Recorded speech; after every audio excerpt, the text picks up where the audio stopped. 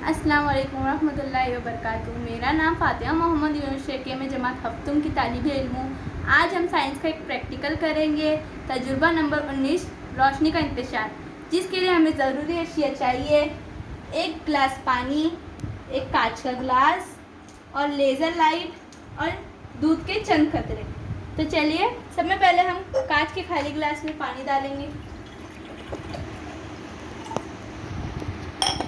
फिर हम laser light की लेज़र शुआएं इसके अंदर दाखिल करेंगे। क्या इसके अंदर रोशनी का पट्टा नज़र आता है? चलिए देखते हैं। आप देख सकते हैं इधर रोशनी का पट्टा नज़र आ रहा है। अब मैं आपको इधर से दिखाऊंगी।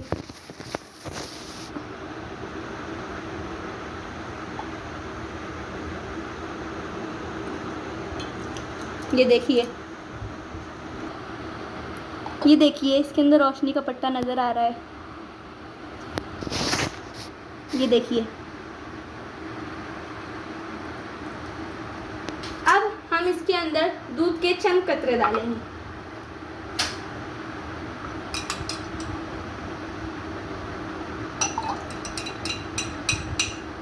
और इसे मिलाएंगे।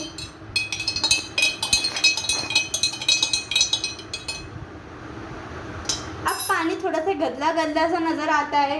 क्या इसके अंदर अब रोशनी का पट्टा नज़र आएगा? चलिए देखते हैं। जी नहीं, इसके अंदर अब रोशनी का पट्टा नहीं नज़र आ रहा है।